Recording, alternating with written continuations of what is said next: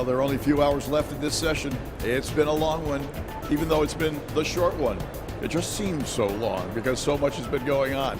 We are pleased to have with us Livvy Floren from Greenwich and Stamford, the 149th district. And she is one of those who is very well respected on both sides of the aisle and is a very rational politician. It's nice to have you with us, Liv, as always. How are you? I'm good, thank you. But is that an oxymoron, a rational politician? It is in most cases. Today it is not because of you. Okay, thank you. But unfortunately, yeah, all too frequently it is. And it's even shown itself in this session here. Everybody thought it had been relegated to Washington exclusively. Not so. No, I've never seen it like this. And I wonder, I think it was two things. I think because the caucuses are so close in number that there's a lot of tension. And also, I hate to say it, but I blame the media, not the mainstream media so much, but the blogs. They just say anything, and there's no comeback. Yeah. And no recall, and no apologies. And I think it just leads to animosity and tension and stress that are unnecessary.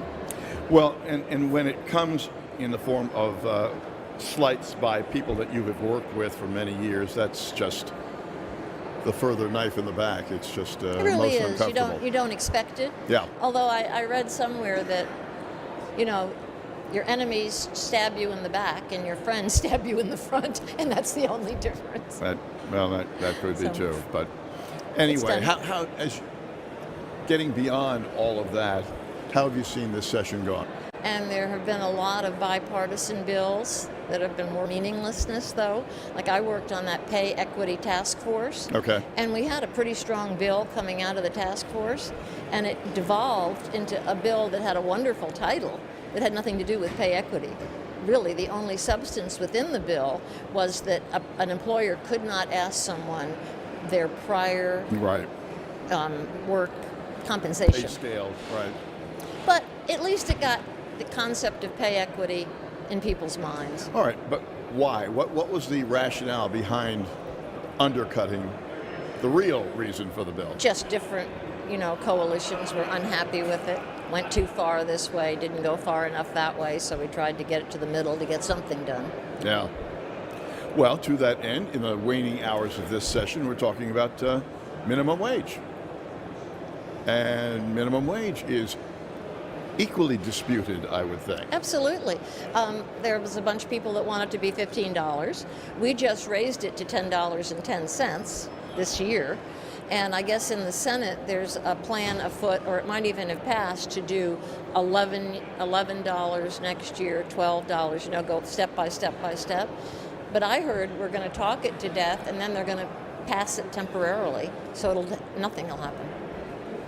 But anybody, especially living in the neck of the woods that we do, southwestern Connecticut, is more than aware of the incredible costs that are involved in survival. And unfortunately, so many of these jobs that have come back after 2008 have been lower echelon jobs. Absolutely. It's not the $40,000, $50,000, $70,000 jobs that have been bouncing back. It's the $20,000 if you're working two jobs for $7.75 an hour, that sort of thing. Absolutely, or jobs for young people after school or whatever. Those are going to go away. So how are people expected to survive and not resort to other means? Yeah, well, Really? I think it comes with early training. I'm really a very big believer in the VOTEC schools because we have a lot of in-demand jobs, but we don't have plumbers. We don't have electricians, and we need to train people, and those are well-paying, good-paying jobs. Well, we've got some very good VOTEC schools as well, but they probably need expansion. They need expansion and they need updating. I mean, we have Right Tech, which we spent $45 million for, and we changed the entire curriculum. So sure, we have auto mechanics and culinary skills, but we also have property maintenance. We have a financial component. We have a digital media component. So I think you have to move with the times and not get stuck in same old, same old. So. Well, that's one of the benefits of the college system, the community college system in particular. They can really move on a dime much more rapidly than 4-year schools and so forth and not cost as much money. No. So, And you have a continuum. You do Votech High School, maybe go to a community college, and then if you wish, finish off at a state college for your 4-year degree. So I think it's wonderful.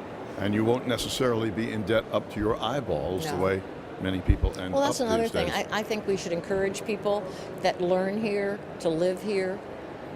Don't pay income tax for the first 10 years out. Put that money in escrow for your first home. Stay here. You know, there are resources that we need, and we need to have a bench. We need a new generation Yeah. of population.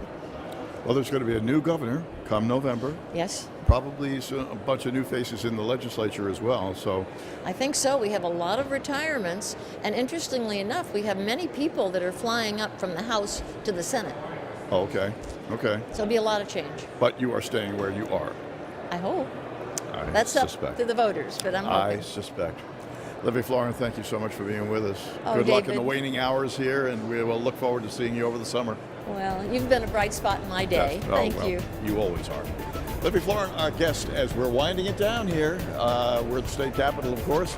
It's the Meet the Leader program, and I'm David Smith.